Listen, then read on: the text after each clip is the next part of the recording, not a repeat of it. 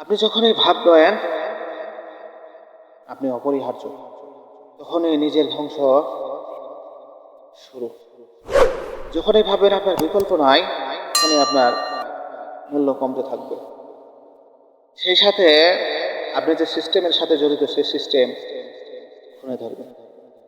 আইনস্টাইনকে জার্মানিতে কিংবা দুনিয়ার কোনো দেশে হাজার বছরের শ্রেষ্ঠ বাঙালি বলা হয় না, অথচ বললে হয়তো খুব অতিরিক্ত হতো না। কেন বলে না?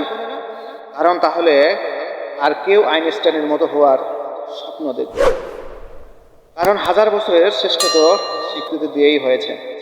আইনস্টাইন না থাকলে পৃথিবী চলতো, আইনস্টাইন চলে যাওয়াতেও পৃথিবী অচল হয়নি। আইনস্টাইন নিজেও ভাবতেন তিনি তার কালে তার কাজটুকু করে যাচ্ছে। অপরিহার্য বলে কিছু নেই, কারো অবদান বেশি, কারো অবদান কম। দুনিয়াতে অবদান শূন্য মানুষের সংখ্যাই বেশি। জর্জ অরওয়েল যেমন বলেছেন, man is the only creator that consumers without producing.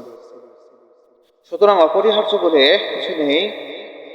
আমি আপনি না থাকলে পৃথিবী থেমে থাকবে না, পৃথিবী অচল হয়ে যাবে না, আমাকে আমার কালের কাজটুকুই করে যেতে হবে।